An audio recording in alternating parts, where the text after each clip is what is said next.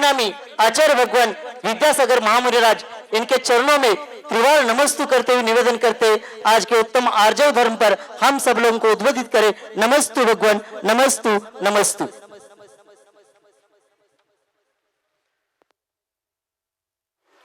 ओम नमः सिद्धेभ्यः, ओम नमः सिद्धेभ्यः, ओम नमः सिद्धेभ्यः।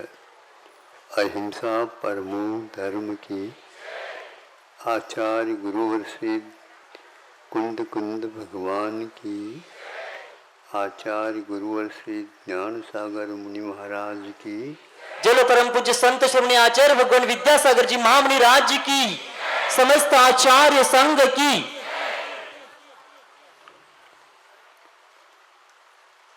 आपने प्रातःकालीन वाजना के समय पर गतियों के बारे में विवेचन सुना। जो विग्रह गति की अपेक्षा रखते हैं उनके नामूल्य हुए हैं। उसमें सर्वप्रथम जो गति होती है उसको आचार्यों ने ईशु गति कहा है। ईशु का अर्थ होता है बाण। यदि धनुष पर बाण चढ़ा करके निशाना साधते हैं वह बहुत सरल होना चाहिए। उसमें थोड़ा भी यदि खोट हो तो वह निशाना चूक देगा। कितने भी आप प्रयास करो वो उसी ओर चला जाता है जिधर उसका मोड़ बनता है। इसलिए ईश गति का अर्थ होता है तीर बाण के समान होना चाहिए। क्षत्रिय लोग इसका प्रयोग करने से पूर्व में वो देखते हैं, इसकी परीक्षा करते हैं और नैन में से यूं निकालते हैं और इन्हें लगा करके देखते हैं। आपने कभी देखा हो इस अवसर में कि जब नेत्र की दृष्टि के बारे में जब चिकित्सक आते हैं और सर्वप्रथम आपको बताते हैं कि एक आंख बंद कर दो, सोचता हूँ दोनों आंखों से देख ले तो अच्छी परीक्षा हो जाएगी। अब अकेले आंख एक से कैसे? फिर बाद में समझ में आया कि वह इसलिए करते हैं कि उसमें सीधा ही दिखता है और दोनों आंखों से दिखते हैं तो उसमें फर्क नजर आता है। आप भी देख लो, एक बार परीक्षा कर लो। क्या नहीं समझे? उसमें बहुत सुविधा है, सुविधा नहीं है, उसमें दो विधा है, क्योंकि वह सही नहीं दिखा पा रहा है अथवा देख पा रहा है। इसलिए एक आंख को बंद रख करके दूसरे आंख से देखते हैं, पुनः इसको बंद करते हैं, इस आंख से और देख लेते हैं।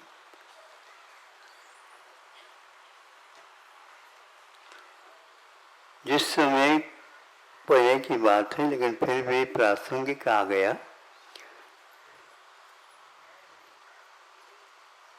कैरम खेल होता है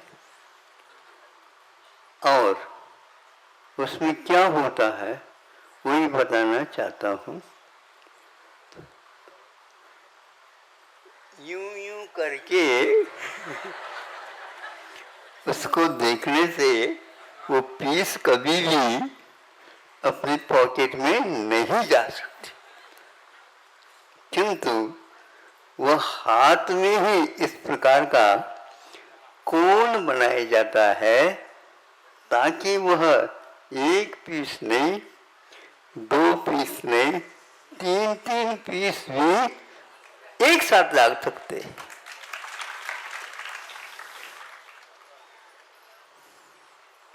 इसी प्रकार उसमें उस खेल में कट मारना बोलते, कट।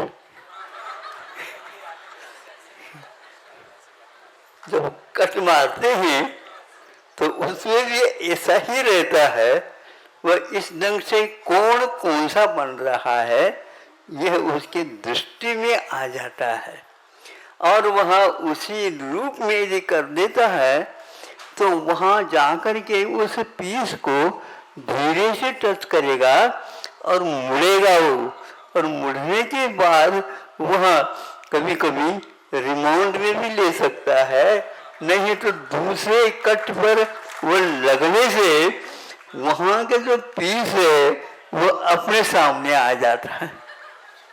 इस प्रकार यह खेल में कोण की व्यवस्था और कट मारने की व्यवस्था ये बहुत अपूर्व माने जाते हैं, और इसीलिए वो धनुर्विद्या में भी निष्णात हो जाते हैं, और एक प्रकार से उन्हें इसमें सफलता भी मिलती है। एक आंख के द्वारा जब हम देखते हैं तो निश्चित है सामने वाला पदार्थ बिना कोण का दिखता है, क्योंकि एक बार एक आंख से हम देखते हैं तो दूसरी आंख भी वहां पर सहयोग की अपेक्षा से उसी कोण पर आ जाता है। ये पक्का है, ऐसा नहीं है कि इस आंख को इधर रख दो और इस आंख को इधर देख लो, ऐसा कभी भी नहीं होगा। लेकिन आप जो रहे कि दूसरे को सहयोग नहीं देना चाहते, दूसरे को यदि सहयोग देंगे वो कार्य बहुत सफल होगा, ऐसी हमारी भी मान्यता है। आप अपने पास रख लो, मुझे उसकी कोई आवश्यकता नहीं है। यह एक प्रकार से कोण के साथ, दृष्टिकोण के साथ जब हम वस्तु को देखते हैं तो उस समय सही यह हमें ज्ञान में आ जाता है। ज्ञान में जैसा आता है वैसा ही हमारा कार्य सफल होता है। यदि वह नहीं रखते हैं तो असफल तो हमारे सामने हमेशा रहता ही है। सफल अपने आप को बनाना चाहते हो तो ये 3-4 उदाहरणों के माध्यम से हमने दिए। और एक मूलोद्योग चलता था जिसको धागा काटना और इसके उपरांत उसको लपेटना, फिर इसके उपरांत उसको 2 धागों से एक धागा बनाना। यह अपने आप में कुछ बहुत ही कठिन कार्य है तो सरल, लेकिन यह बहुत उलझता है, उलझा देता है। इसलिए उसमें भी यही नीति अपनाना चाहिए। हम ये समझे यह नीति यदि नहीं अपनाते हैं तो अवश्य ही, अब देखो आप देखते तो हैं, लेकिन सर्वप्रथम आपको यदि नाक दिख जाए, सुन रहे हैं आप? हाँ, दिखता तो है नाक दिखते तो है, लेकिन वही दिखने लग जाए तो सामने की वस्तु गायब हो जाएगी। इसलिए उस समय वहां गौण भी किया जा सकता है और मुख्य भी किया जा सकता है। इसलिए अंशी का जो भेद होता है उसी में छुपा हुआ यह रहस्य रहता है। इसलिए हमें ये चाहिए कि जैसे लेमन बॉटली बोलते हैं, बाटली लेमन एक पानी का उसमें रहस्य छिपा हुआ है, अथवा पारे का। वहाँ एक शीशी रहती है और उसमें एक पारे के बूंद जैसे रहती है और वह नली में रहती है। और जब वह एक प्रकार से डिग्री या एंगल उसका सही सही होता है, उस समय उसको आप देख सकते हैं कितनी इसमें मोड़ है और कितनी इसमें वक्रता है। आप लोग देख लो अपने आप की आंख को, जब हम इधर देखते हैं उस समय गर्दन न हिलाएं और देख लो। देखने के उपरांत निश्चित रूप से आपको एक्सरसाइज हो जाएगा, आयाम चालू हो जाएगा। और इस प्रकार यदि दोनों तरफ करेंगे आपकी नेत्र ज्योति अवश्य ही सफल होगी। इसको आंखों का आयाम बोलते हैं। हमें यह चाहिए इस पद्धति से यदि हम हर कार्य करने लग जाएं, हमारे पास हमेशा हमेशा बिना बुलाए भी सफलता प्राप्त हो जाए। अब हम आते हैं, काफी मात्रा में ये भूमिका आपकी बन रही होगी। यहाँ आज आर्य धर्म का दिवस है, नहीं समझे? कल तो माधव की निकल गया, अब तो 1 वर्ष तक तो आ ही नहीं सकता हो। इसी प्रकार आज सरलता है और इस सरलता के लिए हमें सोचना है क्या सरलता और क्या वक्रता, ये दोनों बहुत महत्वपूर्ण है। वक्रता के बिना कोई भी कोण नहीं बनता।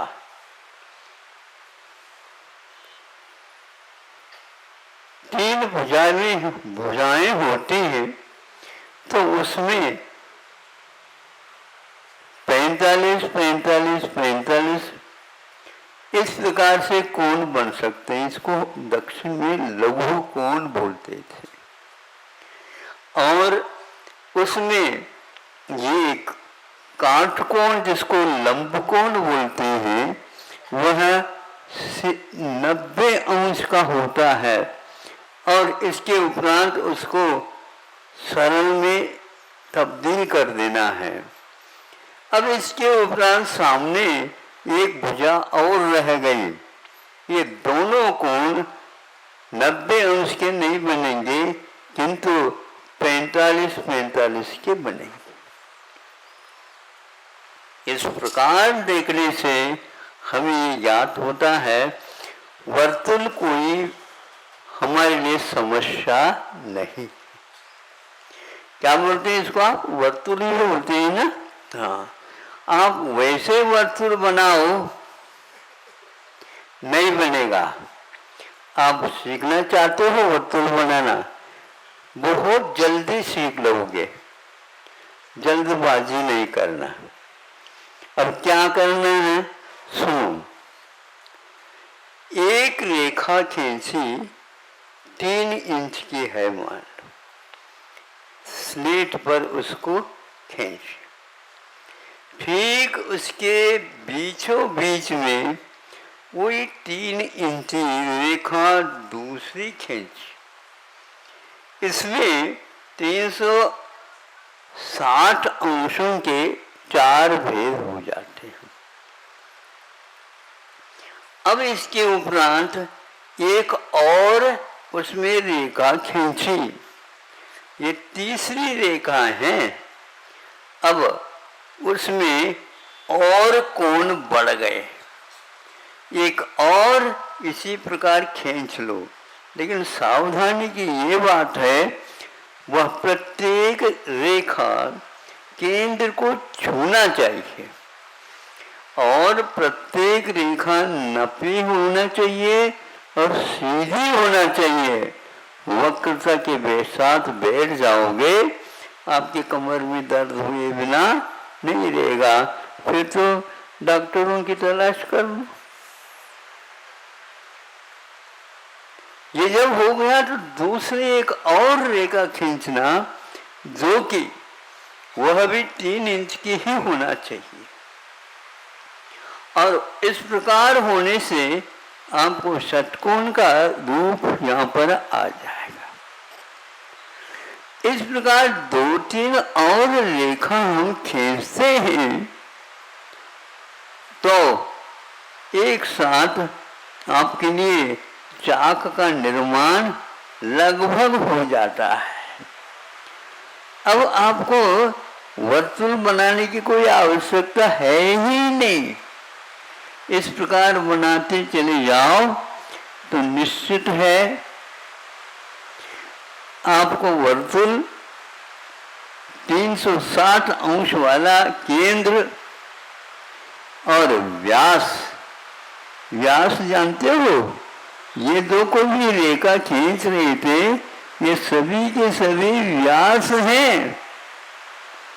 अब ये व्यास केंद्र को कभी भूल नहीं सकता और 3-3 इंची है।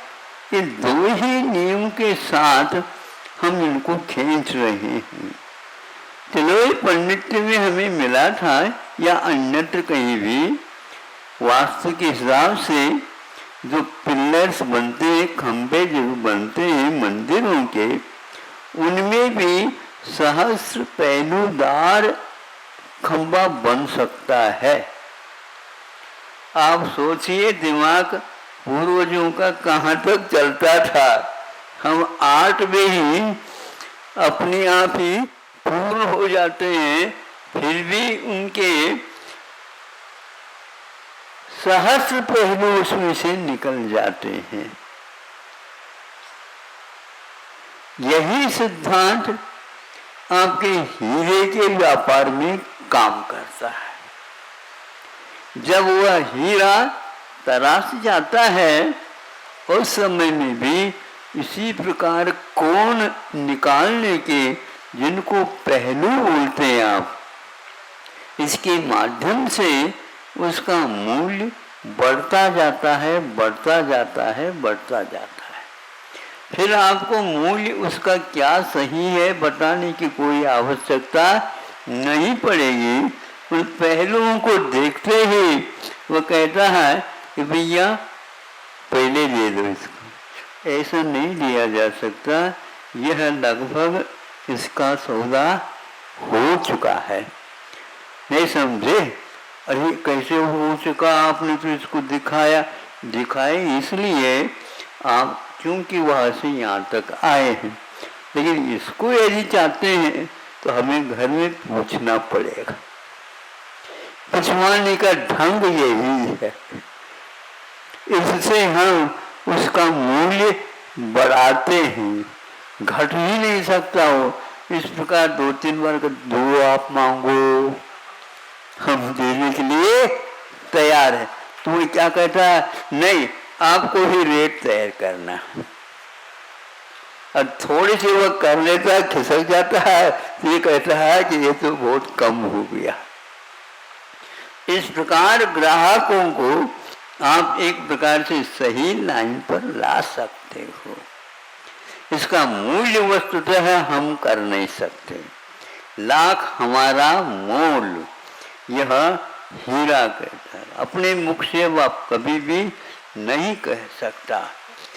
आपकी केवल इस वर्तुल बनाने के लिए आपको 8-10 रेखा खींचते ही वो वर्तुल अपने आप ही बन करके आपके सामने खड़ा है, और किसी भी प्रकार से मोड़ नहीं आ सकता। एक और सीधा, इससे भी सीधा हम एक उदाहरण देना चाहते हैं। जान लीजिए रोटी बना रहे हैं अथवा और को भी बना रहे हैं, तो उसको क्या करते हो, पहले बिल्कुल गोल गेंद की भांति बना लेते है ना। फिर इसके उपरांत उसके बाद उसके ऊपर बेलन और इसको यूं घुमाते घुमाते 2-3-4 बार बेलन घुमा दे तो फिर वह पूर्णिमा के चांद की भांति गोल बन जाएगा और वह कभी भी कोणदार नहीं बनेगा। इतने सरल होकर के भी हम उसको वक्र इसलिए बनाते हैं, हम ये नहीं देख पा रहे हैं वह गोल बना है क्या नहीं, किंतु वह गोल गेंद की भांति बनता है, पहले रोटी की भांति नहीं है। इससे हमें ज्ञात होता है कि सरल रेखा खींचना प्रारंभ कर दो, और सरल रेखा में भी कोण होते हैं। कैसे होते हैं? एक रेखा खींचो, उसके बीचों बीच में जो केंद्र था उससे उसको टच कर दो, खींच दिया, ऊपर उसके ऊपर आधा नींबू के भांति आधा नींबू को बना करके रख दिया। यह सरल कोण है। दक्षिण में इसको सरल कोण कहते थे। यह वर्तुल का आधा हिस्सा है, लंब कोण वर्तुल का चौथा हिस्सा है। इस प्रकार हमें भूमितियों में यह देखने को उपलब्ध हुआ था। अब यह भी ऐसा ही है। हम अपने आप को अक्षम मत समझो, किंतु सरल बन जाओ। ऐसे सरल बन जाओ कि कैसे रेखा सही खींचो। बस पहले रेखा सही खींचते हैं तो आपका शुद्ध लेखन भी बहुत अच्छा हो जाएगा, और उसके साथ साथ आपके हाथ में रेखा कुछ ही दिनों के उपरांत आ ही जाएगी। जब परीक्षा होती है उस समय हमारी परीक्षा इस प्रकार की भी की जाती है कि आप रूलिंग पेपर पर नहीं लिखेंगे। आप सुन रहे हो कि नहीं? मतलब की बात तो सुना करो। अब वह एक प्रकार से हम इसको नहीं समझ पाते हैं। तो सरल कोण में 180 अंश का कोण होता है। नीचे ओरी 180 अंश का कोण नीचे होता है। तो इस प्रकार दोनों मिलकर के वर्तुल का निर्माण हो जाता है। व्यास क्या है ये धीरे धीरे हमें ज्ञात होता है। दोनों केंद्र को, दोनों ध्रुव हैं वहाँ केंद्र से ज्वाइंट है, केंद्र से बंधे हुए रहते हैं। केंद्र से गुजरती हुई रेखा कभी भी वक्र नहीं हो सकती। इस प्रकार आज जो आर्जव धर्म है उसकी ज़्यादा मेहनत करने की कोई आवश्यकता नहीं। यदि आप सरल नहीं बनते हैं तो हम सीधे बना देंगे आपको।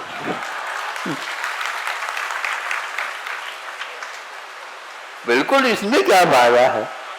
हमारे एक आधा घंटा पौन घंटा ले रहे हो, ये फालतू है क्या ये? इतनी सरल धर्म है और इसको हम वक्र बना रहे हैं। हमारे बोलने में वक्रता, हमारे देखने में वक्रता, हमारे चलने में वक्रता कहाँ कहाँ पर आती है, कैसी कैसी आती है। कोई भी व्यक्ति को परखना हो तो उसके टोपी अथवा साफा इन दोनों को देख लेना। जब तक वो उसके पास ज़्यादा पैसा नहीं होते वह टोपी साफा सीधे रहते हैं, और जो ही थोड़े पैसा ज्यादा बढ़ गए नहीं,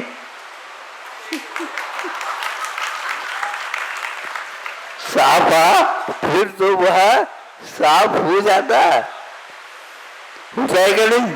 हाँ, चलने में भी अब तो भैया आपकी चाल में भी अंतर आ गया, बिल्कुल।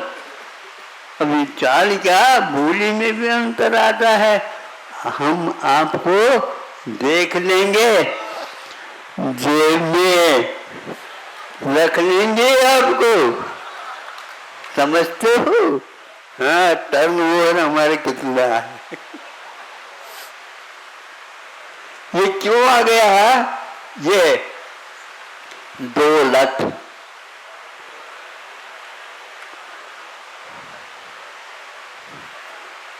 दौलत हम हुए थे ना। हाँ, दौलत क्या है ये?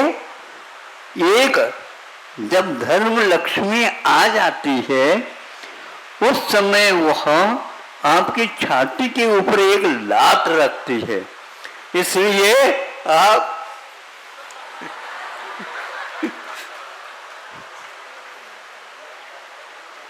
छाती फुला फुला कर चलने लग जाते हैं। सुनो, और वजह की है कि फिर वो जब लक्ष्मी जाती है आपके कमर के ऊपर एक लात डालती है, नहीं बैठ सकते हैं, न उठ सकते हैं, न चल सकते हैं, हम कुछ भी नहीं। अब धीरे धीरे शाम के बाद ही घर से बाहर उनका निकलना होता है। पहले बाजार पे ही उसने गर्म कर रखा था। ये है मदांध। मद के कारण इस प्रकार अनेक क्रियाओं में हमारे पास वह वक्रता, रुजता समाप्त, टेढ़ापन आ जाता है। सोचना भी टेढ़ापन होता है। ऐसे क्यों? वह उसका स्वभाव है, उसके बिना होता नहीं।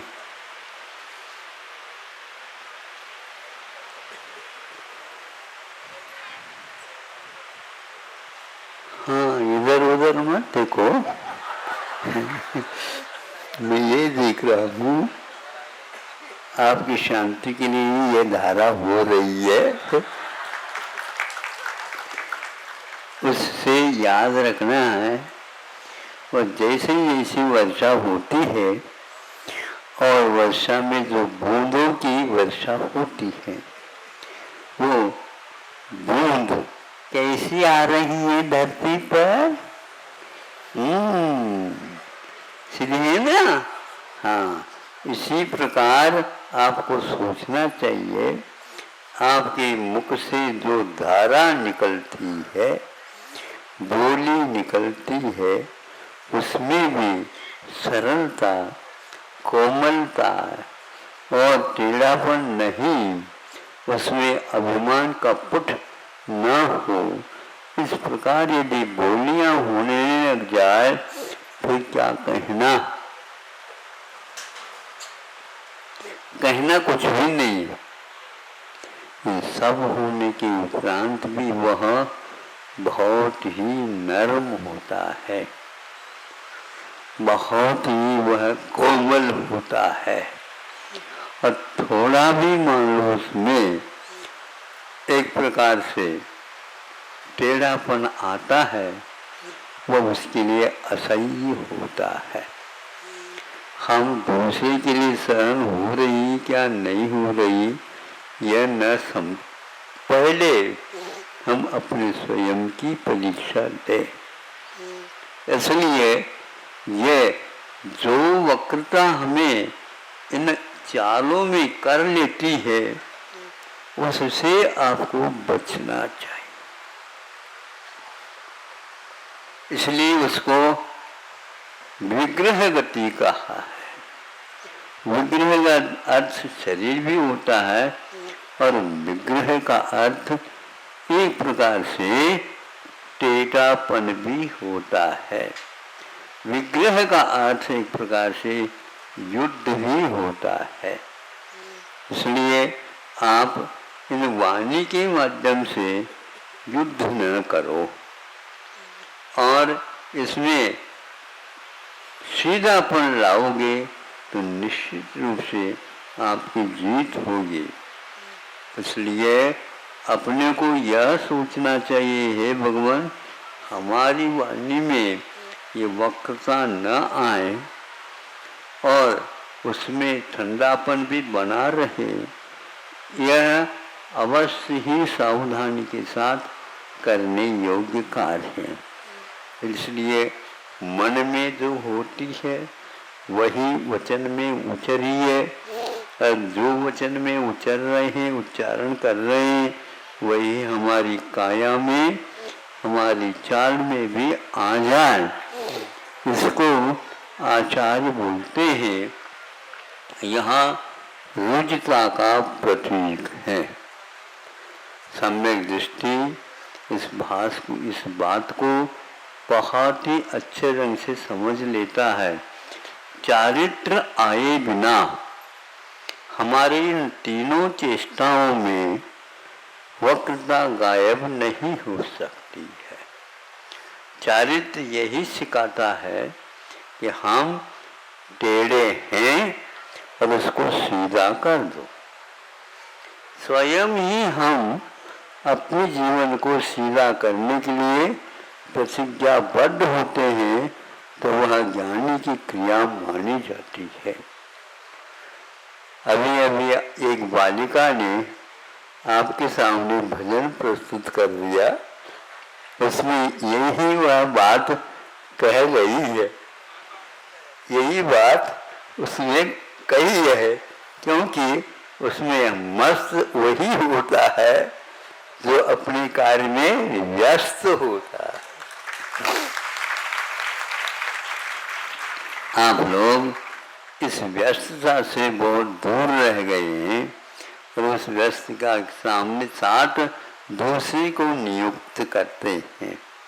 इसलिए नियुक्त करने से कभी भी आप मस्त नहीं रह सकते। उसके लिए आप स्वयं ही, ऐसा किसी भी आचार्यों ने इस प्रकार का उत्तर नहीं दिया कि हम किसी एक व्यक्ति को, जैसे आप मुनीम बनाते हैं, उस प्रकार किसी को रख लो तो उसके द्वारा आपका मोक्ष मार्ग बिना वक्रता के सीधा बन जाए।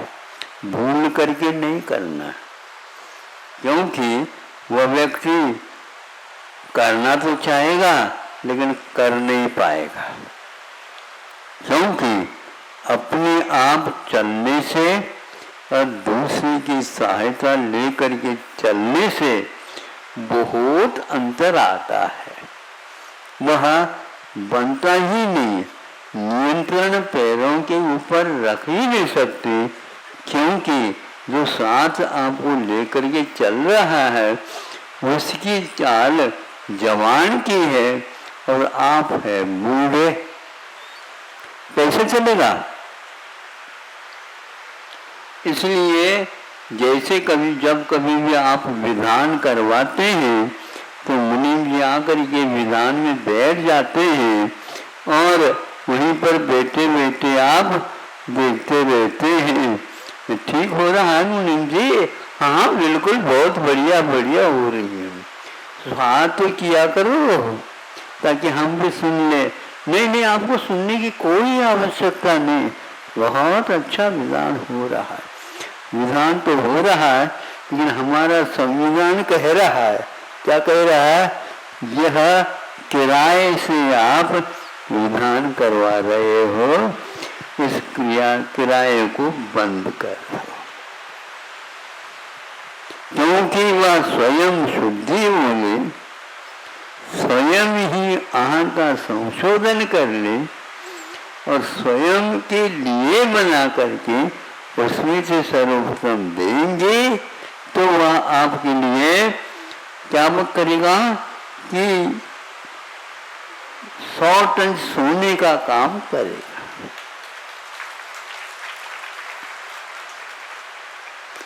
किसी भी वस्तु का मूल्य हमारे ऊपर आधारित है। आप सारे बट्टे के साथ चल रहे हैं। बट्टा समझते हो? हाँ? खोट जिसको बोलते हैं, और उसके बिना कोई भी आभरण नहीं बन सकता। और इसमें कितना खोट मिला हुआ है ये आपको यदि ज्ञात नहीं है तो आप क्या कहेंगे? ये मेरा 100 टन सोना है। 100 तो बहुत दूर की बात है, कितने प्रतिशत में इसमें सोना है यह समझना और समझाना बहुत कठिन है। अब एक बात आपको भीतर तक पहुंच जाए इसलिए कह रहा हूं, यदि आपको अनुमति हो तो कह दे।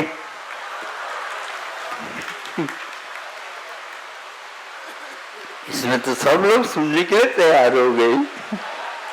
अच्छा,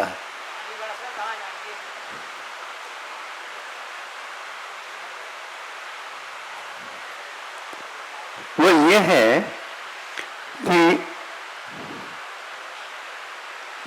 हमने सुना है इसलिए एकदम उसको आप 100 टन नहीं मानना, लेकिन फिर भी यह सुना हुआ जिसके मुख से सुना है वह ऐसा सामान्य व्यक्ति नहीं था। महाराज जब से सुना है और तब से क्या हुआ बताओ? क्या बताएं महाराज, हम लोगों की स्थिति बहुत खराब है। कैसे खराब है? हम इस ओर पहले से ही कदम उठाते तो आज ये नौबत नहीं आ पाती।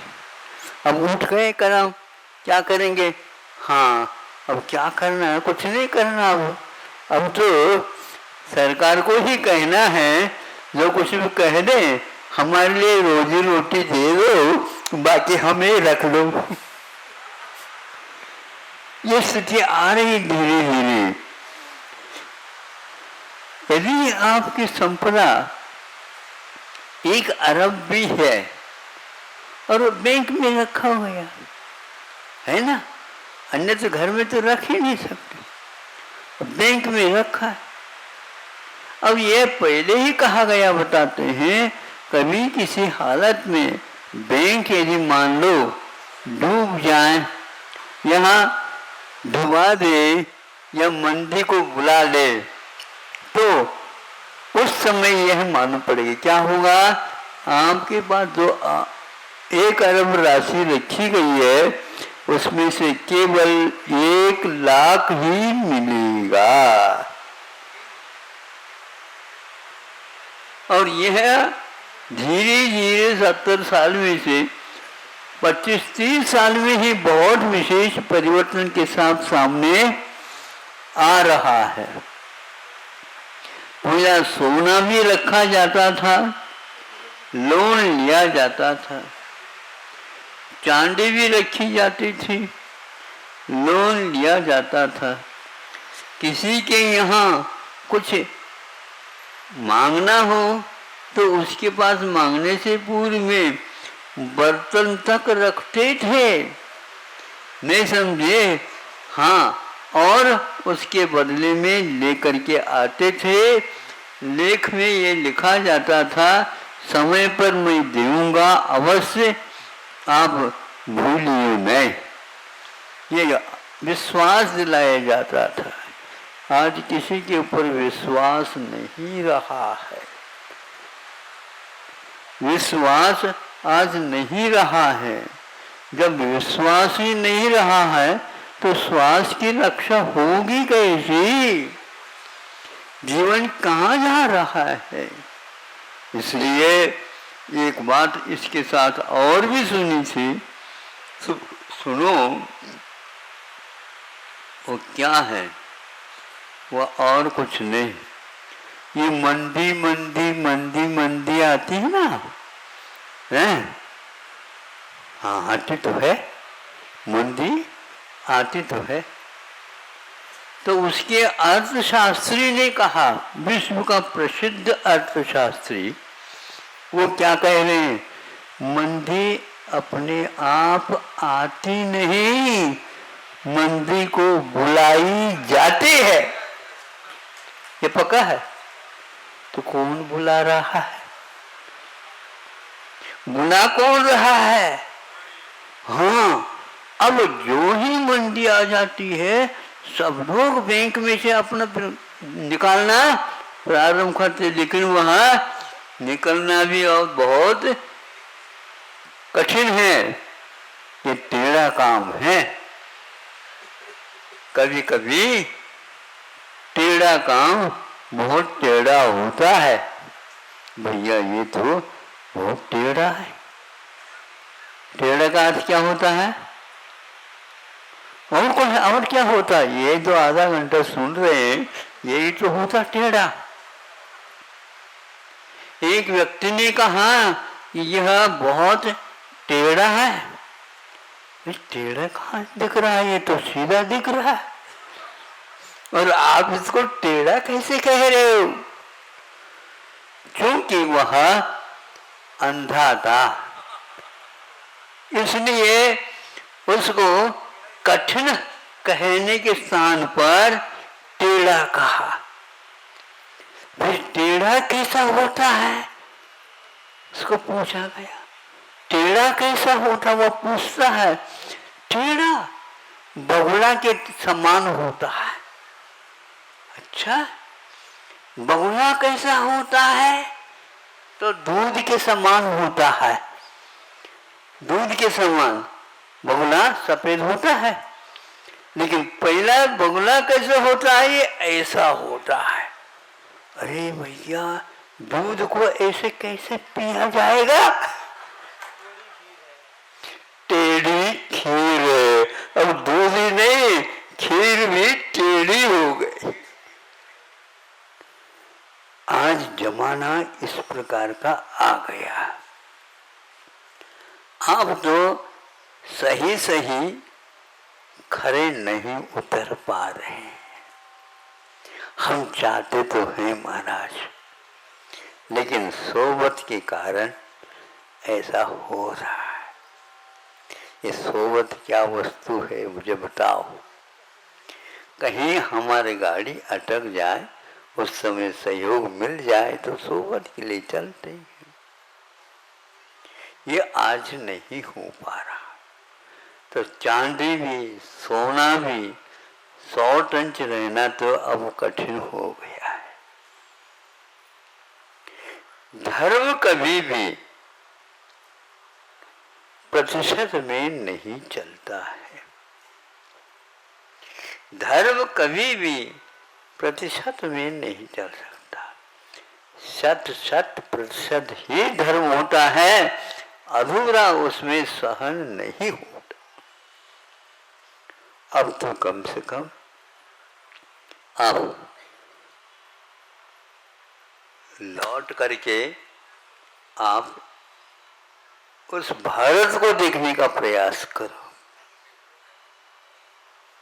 जहां पर कोई वस्तु बाहर से आती थी शून्य, क्योंकि उसका व्यापार नहीं होता है, वही आती थी। सोना, चांदी, हीरा, मोती आदि ही बहुमूल्य पदार्थ बदले में लाते थे, और यहाँ से उत्पादन भेजा जाता था। आज बदले में क्या लिया जाता है? लोन लिया जाता है। बिना लोन के जैसे भोजन आपको फीका फीका लगता है, वैसा ही बिना लोन के आपका कोई कार्य होता ही नहीं।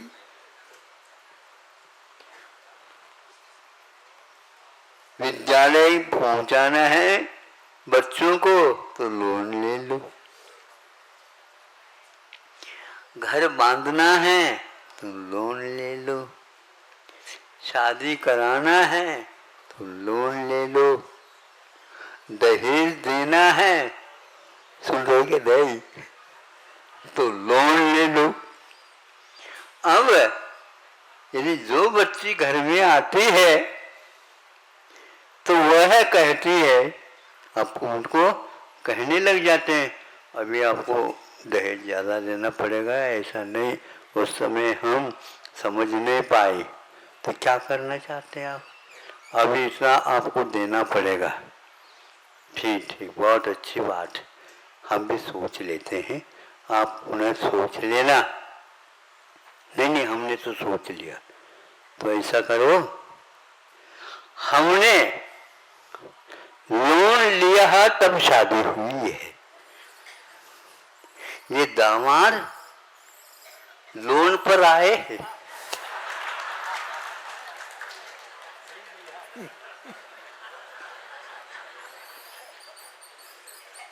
अब क्या होगा, आप अति कर लेंगे, वो भी अति करेंगे। सब जानते हैं आत्मा चेतन स्वभाव वाला है। आप चलेंगे तो उसी के अनुसार वो भी चलेगा। ऐसा चलना मुश्किल है। इसलिए आप भीख कब से मांगना सीख लिया? हाँ? फिर भी वो कुछ भी नहीं कह रहे हैं और आपको कुछ कहना ही नहीं है। ये तो पहले से ही हमारा रेट फिक्स है। रेट समझते हो, फिक्स है, इतने नहीं है। तो कहते हाँ ठीक, हम भी अपना रेट फिक्स कर देंगे, हम भी कर लेंगे, उसमें क्या वादा है। आपको इतना देना पड़ेगा। कैसे, कितना देना पड़ेगा? आधा तो मेरे नाम से करना पड़ेगा आपको पहले, समझ रहे हो? हाँ हाँ, क्या आधा? बिल्डिंग आधा हमारा, आधा आपका, खेत आधी हमारी, एक आपकी आपकी, और इसी प्रकार दुकान हमारी एक, दूसरी दुकान आपकी। इसी प्रकार, सुन रहे हो? हाँ सुनो, लड़का हमारा,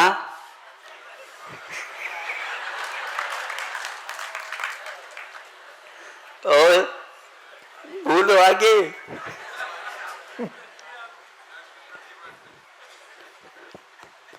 और हम उसकी जिम्मेदारी लेने तैयार है। लड़की का कौन लेगा? तो प्रतिभा सली लेने के लिए तैयार है।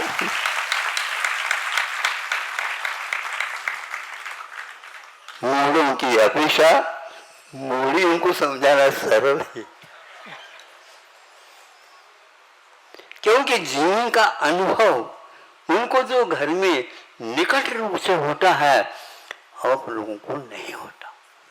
इसलिए संस्कारित करके उनको भेजा जाता है और उसका परिणाम आपको बहुत अच्छा मिलेगा।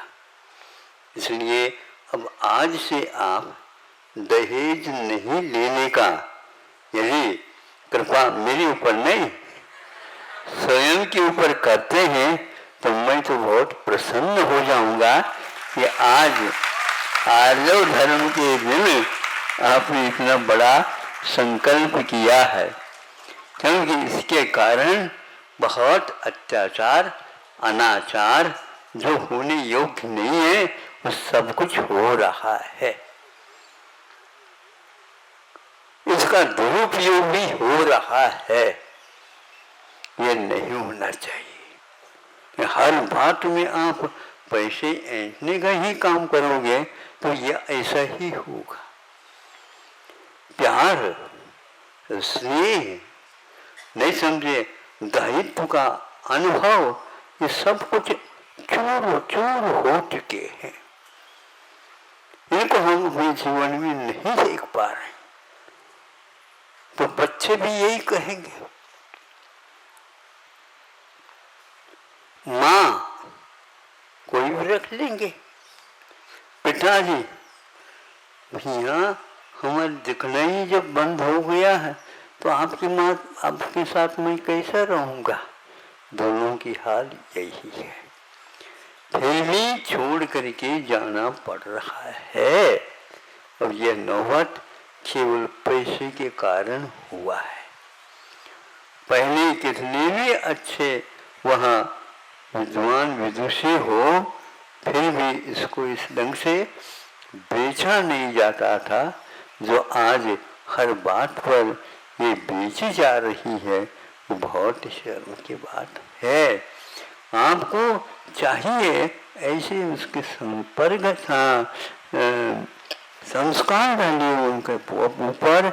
वो कहेंगे कि नहीं, हमें आपने जो सक्षम किया है उसके माध्यम से हम औरों को भी तो सक्षम नहीं है उनको भी बनाएंगे। और आपको तो यहाँ पर रहना है, बस आपका आशीर्वाद जब तक मैं रहूंगा तब तक ये मिलता रहे। ऐसे संतान को आप तैयार करिए। निश्चित रूप से आपका जीवन तो शेष है, सुखमय, शांतिमय और आर्जवमय सही के साथ आपका जीवन चले। यही बात कहने चाहिए। अहिंसा परमो धर्म की